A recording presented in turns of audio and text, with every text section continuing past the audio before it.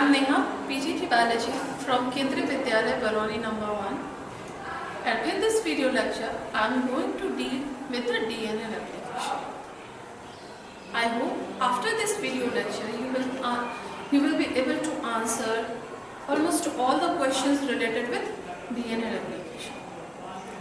Before I proceed, हम लोगों को सबसे पहले ये जानना है कि रेप्लिकेशन होता क्या है और इसकी ज़रूरत क्या है।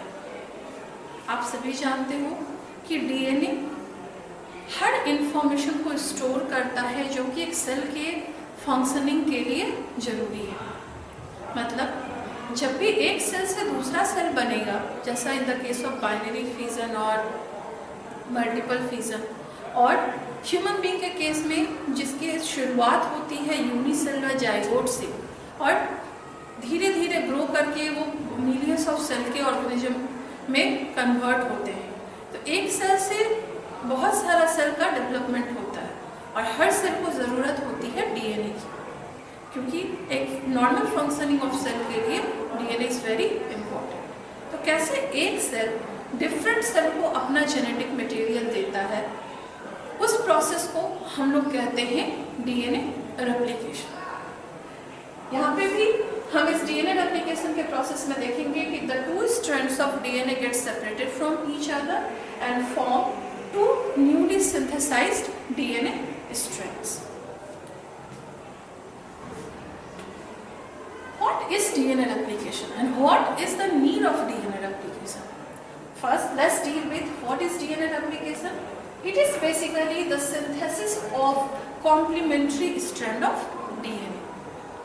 DNA का complementary strand बनाने का जो प्रोसेस है उसको हम लोग कहते हैं DNA replication। आप यहाँ पे देख पा रहे होंगे कि पेरेंटल DNA strand है ये, जो कि A हाइड्रोजन बॉन्ड के साथ T से कंबाइंड है, साइटोसिन गुआनिन से।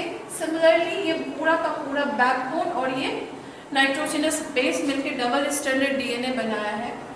डीएनए रेप्लिकेशन के प्रोसेस के दौरान ये दोनों स्ट्रैंड अलग अलग होते हैं। बाद में न्यू स्ट्रैंड से, जहाँ पे एक डबल स्ट्रैंडेड डीएनए था, रेप्लिकेशन प्रोसेस के बाद दो डीएनए डबल स्ट्रैंड बनता है। लेकिन जरूरत क्या है इस न्यू स्ट्रैंड ऑफ डीएनए को बनाने की? एक छोटा सा कार्टून का कैरेक्टर यहाँ पे हम आपको दिखा रहे हैं, जहाँ पे एक छोटा सा बच्चा अपने उंगली को कट कर लिया और अपनी मम्मा के पास आके चिल्ला रहा है कि mommy I cut myself. उसकी माँ समझाती है don't worry it will heal, भर जाएगा। क्यूरियस चाइल्ड बोलता है कैसे? शी इज सेइंग कि millions of little things called as cells run to the area and divide until they cover the area and close the cut। मतलब कि बहुत सारे सेल्स जो वहाँ पे प्रेजेंट है, जहाँ पे कट हुआ है, अदर सेल्स जो प्रेजेंट हैं वो वहाँ पे डिवाइड करते हैं और डिवाइड करने के बाद नया सेल बना के हील करते हैं। और उस दौरान जो डीएनए की कॉपिंग हर सेल को देनी होती है, उस प्रोसेस को हम लोग कहते हैं DNA replication। Again, same question. Why does DNA need to replicate? Here is your answer. DNA replicates to make copies of itself, जो कि अभी हम लोग देख रहे हैं।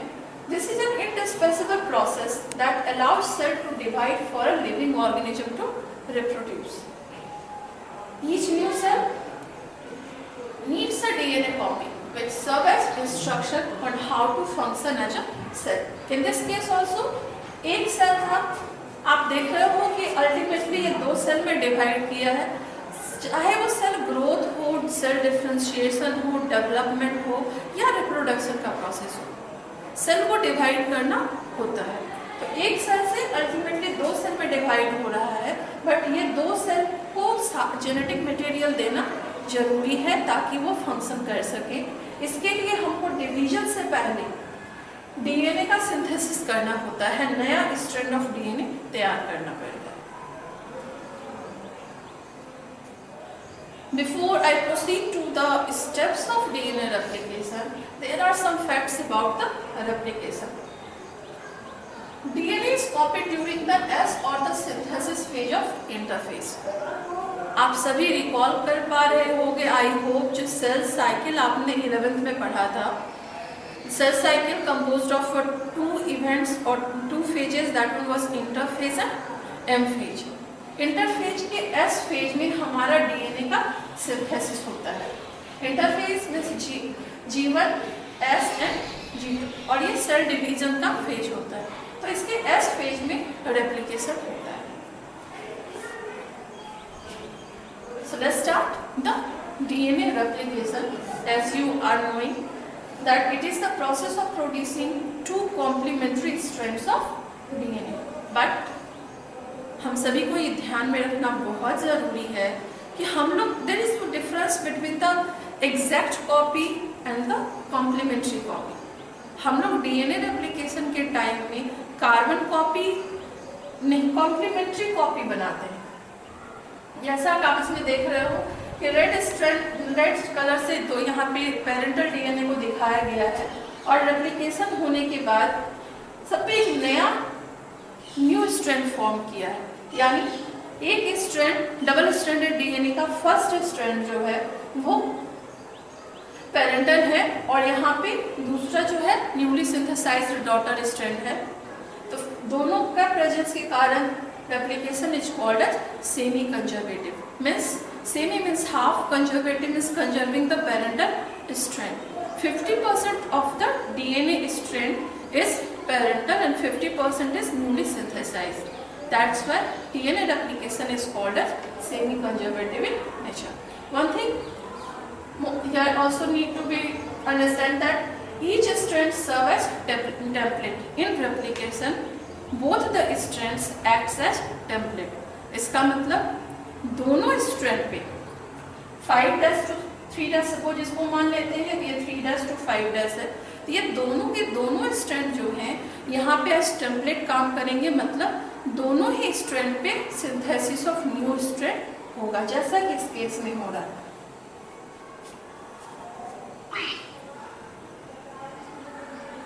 So let's begin the step of DNA replication.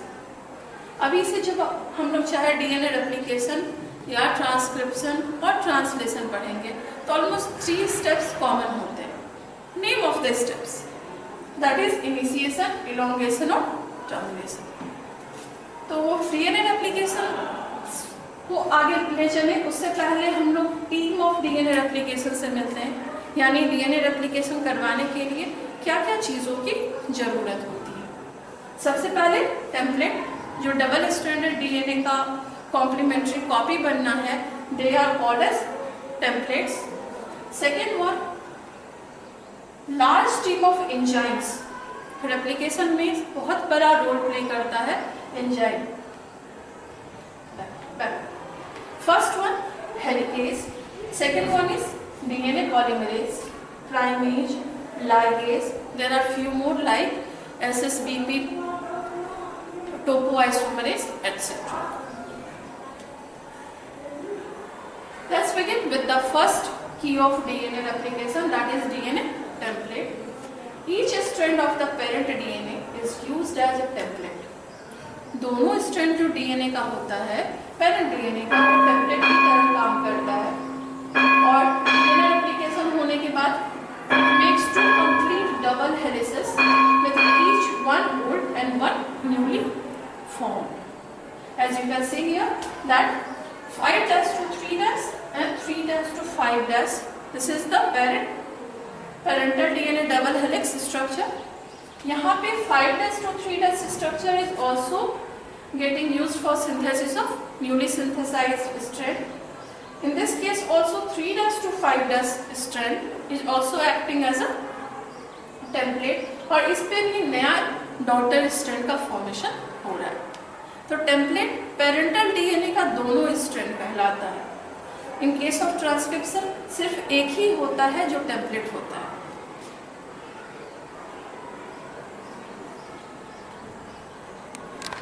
Let's begin the process of replication, and the first one is the initiation stage.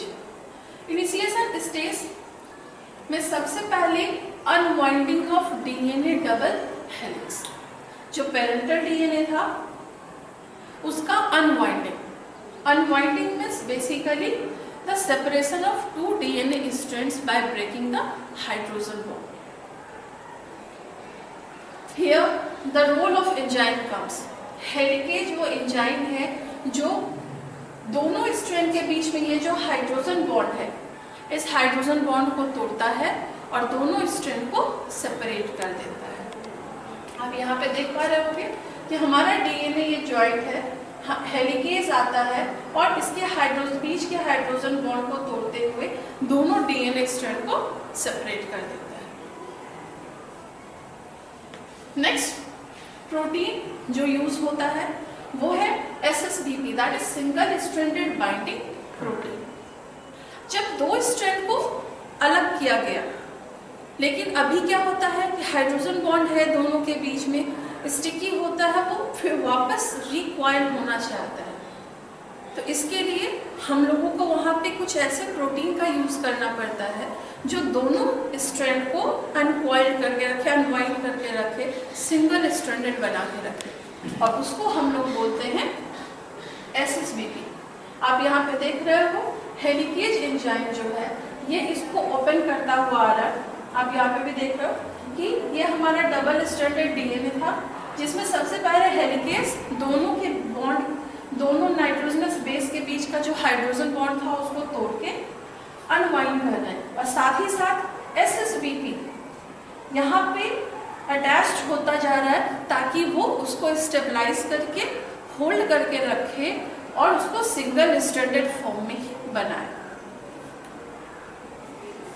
Next enzyme is topoisomerase. Topoisomerase is the enzyme which relieves the stress of DNA molecule. आप एक imagine करो कि आप एक wire, जो double stranded wire आता है, आप उस जो हाईली कॉइल्ड रहता है, आप उसको खोल रहे हो, कहीं से भी खोल रहे हो, आप जब खोलते हो उसको तो उसके ऊपर जो होता है एक टेंशन क्रिएट होने लगता है। उस टेंशन को क्रिएट जो टोपोआइसोमेरेज है उस टेंशन को रिलीव करता है। आप यहाँ पे आई थिंक बेटर समझ सकते हैं कि यहाँ पे एक वायर था जिसको जब हम खोलने की कोशिश कर रहे हैं तो इस एरिया में यहाँ पे टेंशन क्रिएट होता है जो कि उसको और सुपर कॉइल कर देगा, जिसके कारण बाद में अनवाइंडिंग मुश्किल होता है। तो इस सुपर कॉइलिंग को रोकने के लिए हमारे पास है टोपोआइसोमेरेज, जो क्या करता है, यहाँ पे एक छोटा सा निक लगाता है। निक लगाने के बाद इसके ट्विस्ट को रिवाइंड कर देता है और बाद में ये जो कट हुआ था इसको सील करके रोक देता है। यानी जो ये सुपर कॉइलिंग होना था और मुड़ जाना था, ये इस तरह से स्टेबलाइज्ड फॉर्म में आ जाता है और इसका टेंशन घट जाता है।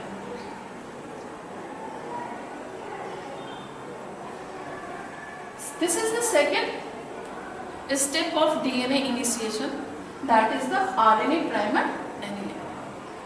इसमें आप जानते हो कि रेप्लिकेशन के लिए जो एंजाइम है वो है डीएनए पॉलीमरेज। डीएनए पॉलीमरेज खुद से न्यूक्लियोटाइड्स को नहीं जोड़ सकता है, इसके लिए इसको एक बेस चाहिए होता है जिसको हम लोग कहते हैं आरएनए प्राइमर, जो कि प्राइमेज नाम का एंजाइम बनाता है। और ये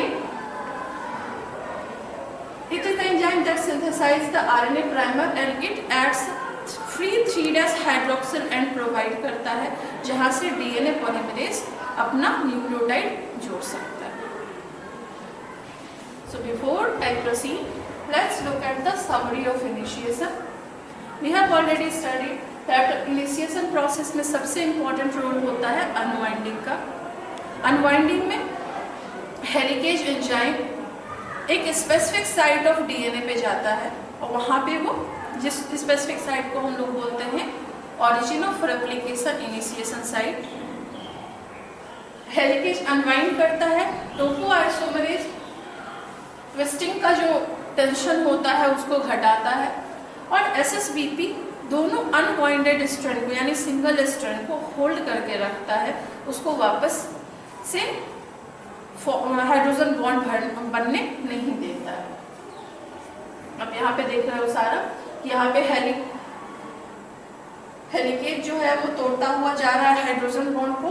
SSBP सिंगल स्ट्रैंडेड स्ट्रैंड को स्टेबलाइज करके रख रहा है। आरएनए प्राइमर की एनिलिंग हो गई है, यहाँ पे आरएनए प्राइमर जुड़ गया है और टोकोआइसोमरेज सुपर कॉइलिंग का जो टेंशन है उसको रिलैक्स कर रहा है। डीएनए रेप्लिकेशन, इलॉन्गेशन स्टेप में डॉटर डीएनए स्ट्रैंड बनना शुरू हो जाता है by addition of the new complementary basis.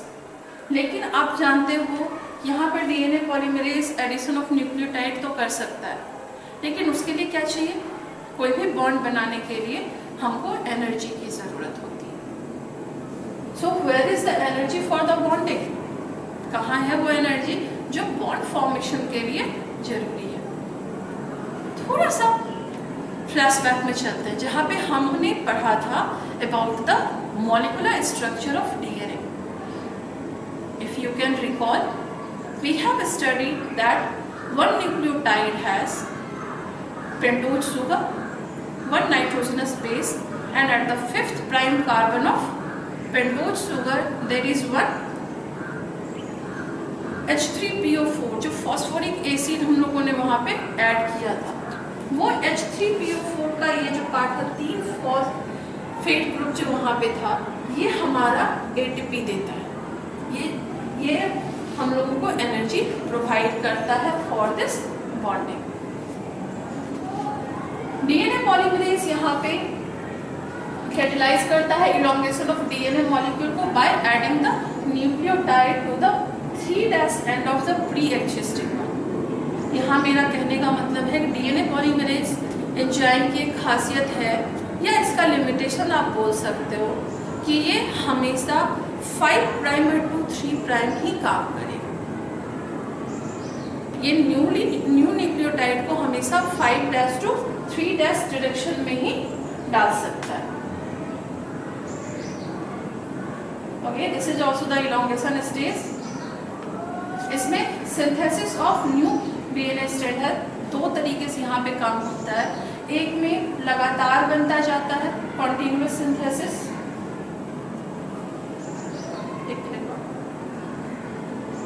आप यहाँ पे देख रहे हो कि ये है, यहाँ पे न्यूक्लियोटाइड्स लगातार आरएनए प्राइमर हमारा ऐड हुआ है। अभी मैं आपको बताए थे कि डीएनए पॉलीमरेज जो है वो हमेशा 5' to 3' ही काम करता है। इसके लिए हम लोगों को एक स्ट्रैंड 3' to 5' पे कॉन्टिन्यूअस सिंथेसिस ऑफ स्ट्रैंड होता है, जहाँ पे कॉन्टिन्यूअसली न्यूक्लियोटाइड्स को डीएनए पॉलीमरेज ऐड करता है, और आरएनए प्राइमर हमारा पहले जुटा है जो कि फ्री 3' OH एंड प्रोवाइड करता है। आप इस वीडियो में भी देख पा रहे होंगे कि this strand getting continuously synthesised. यहाँ पे कॉन्टिन्यूअस सिंथेसिस ऑफ स्ट्रैंड है, that's why it is called as leading strand. And leading strand का जो डायरेक्शन होता है that will be 3' to 5'। Second one is the lagging strand. एक पे तो आप देखें कि कॉन्टिन्यूअसली सिंथेसिस हो रहा था, लेकिन दूसरे स्ट्रैंड पे डिसकॉन्टिन्यूअस सिंथेसिस है। इसका मतलब कि जैसे आप यहाँ देख रहे हो, this is the lagging strand.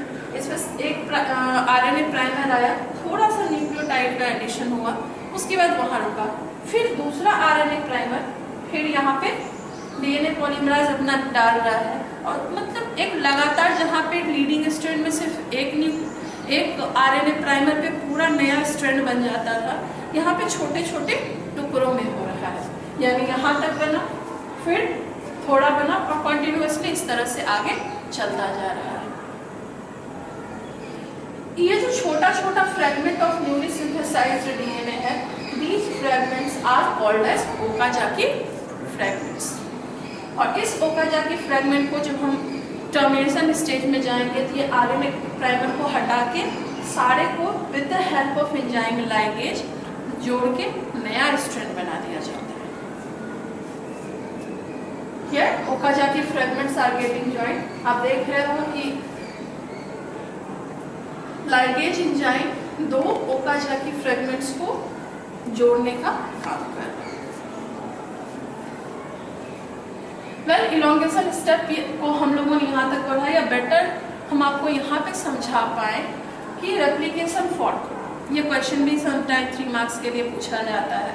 और इनिशिएशन और इलोंगेशन दो स्टेज यहाँ पे कंप्लीटली बताया जा रहा है। इनिशिएशन स्टेप में आपने पढ़ा था अनवाइंडिंग, मीन्स ये जो स्ट्रैंड है ये अनवाइंड हो रहा है, हाइड्रोजन बॉन्ड को हेरिटेज एंजाइम तोड़ता जा रहा है और दोनों स्ट्रैंड सेपरेट होते जा रहे हैं। जैसे ये सेपरेट हो रहे हैं, SSBP that is single strand binding protein, इस सिंगल स्ट्रैंडेड डीएनए पे अनवाइंडेड डीएनए पे वो पूरा जाके अटैच हो रहे हैं और इनको स्टेबलाइज करके रख रहे हैं। उसके बाद आपने इलोंगेशन स्टेप में देखा कि एक स्ट्रैंड पे कॉन्टिन्यूअस सिंथेसिस कर रहा है डीएनए पॉलीमरेज लगातार, जबकि दूसरे स्ट्रैंड में डिसकंटिन्यूअस सिंथेसिस है in different small fragments and each fragment is called as Okazaki fragment. बाद में ये ओकाजाकी फ्रैगमेंट को लाइगेज की मदद से जोड़ दिया जाता है to form a complete strand. This is the summary of elongation, जिसमें आपने रोल ऑफ प्राइमर और प्राइमेज के बारे में पढ़ा, लीडिंग स्ट्रैंड और लैगिंग स्ट्रैंड के बारे में पढ़ा एंड रोल ऑफ पॉलीमरेज के बारे में पढ़ा। आप यहाँ पे देख रहे हो कि elongation में नया स्ट्रैंड का सिंथेसिस हो रहा है on the parental strand. Last step of DNA replication is the termination and proofreading. Termination में बेसिकली दो काम होता है टर्मिनेशन स्टेज में। पहला, जो प्राइमर आरएनए का डाला था उसको हटा के वहाँ पे डीएनए का सिंथेसिस करना, और दूसरा प्रूफ रीडिंग कि अगर डीएनए पॉलीमरेज से कोई गलती हुई है न्यूक्लियोटाइड को ऐड करने में तो उसको हम यहाँ पे करेक्ट कर लें। First one is the removal of primer, where RNA primers get replaced by DNA. ये कैसे होता है? जिसमें मदद करता है सबसे पहले न्यूक्लियस नाम का एंजाइम, जो कि RNA प्राइमर के न्यूक्लियोटाइड को हटाता है। फिर पॉलीमरेज 1, DNA पॉलीमरेज 1 उस RNA को DNA से रिप्लेस कर देता है और बाद में ये स्ट्रैंड को लाइगेज एंजाइम कंबाइन कर देता है। आप यहाँ पे देख पा रहे हो। And the last step of termination process is the proof reading. This is done by DNA polymerase 1। इसमें proof DNA polymerase 1 generally proof reads and correct the mismatched basis. यहाँ पे आप देख रहे हो कि अगर ये है तो इसको हटा के फिर यहाँ पे न्यूली सिंथेसाइज्ड डीएनए को, करेक्ट डीएनए को लाइगेज की मदद से वहाँ पे जोड़ दिया जाता है। This is the summary of termination where it was primers was removed, DNA polymerase proof read करता है और दो strand of DNA semi conservative strands बनके तैयार होता है। ये 3 स्टेप में हमारा जो कंप्लीट हो रहा है यहाँ पे डीएनए का रेप्लिकेशन, जहाँ पे हमारा पेरेंटल डीएनए था सबसे पहले हमने इनको अनवाइंड किया। अनवाइंड करने के बाद ये हमारा इनिशिएशन स्टेप, यहाँ पे हमने नए न्यूक्लियोटाइड्स को इसके साथ अटैच करवाया और नाउ 2 आइडेंटिकल डीएनए मॉलिक्यूल्स जो कि ओरिजिनल से आया था वो बनके तैयार है। मीन्स एक डीएनए का, एक डबल स्ट्रैंडेड डीएनए का 2 कॉपी यहाँ पे तैयार है। आई होप कि अब आप ये 3 क्वेश्चंस आंसर कर सकते हो। First one, about the steps of DNA replication, what are the machinery involved in DNA replication. अगर रेप्लिकेशन फॉर्क के बारे में क्वेश्चन आता है तो भी आप आंसर कर सकते हो। Thank you.